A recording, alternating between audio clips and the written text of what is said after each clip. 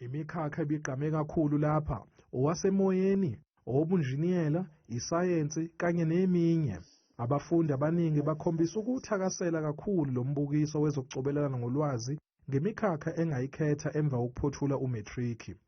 I have learned about careers, different careers in aviation, engineering and agriculture. Also learned a life lesson from Dr. Sizwe Nxasane that says, don't allow life to happen but make life for yourself. Ongumxhumanisi kuhulumeni waKwaZulu Natal uBonga Igwala uchaze ngenhloso yalombukiso obuhlelwe yihhovisi likaNdunankulu wesifundazwe. We are in a war situation as the province, as the country, as the nation, war against unemployment.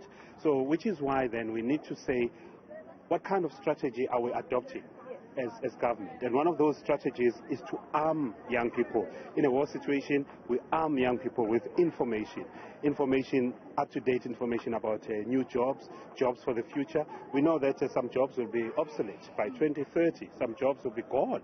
Undunankulu wesifundazwe uNomsadube Ncube uthi lo mbukiso bahlose ngawo ukuqaphelisa intsha ngemisebenzi okumele iyiqoke ukuze kwande amathuba omsebenzi esifundazweni.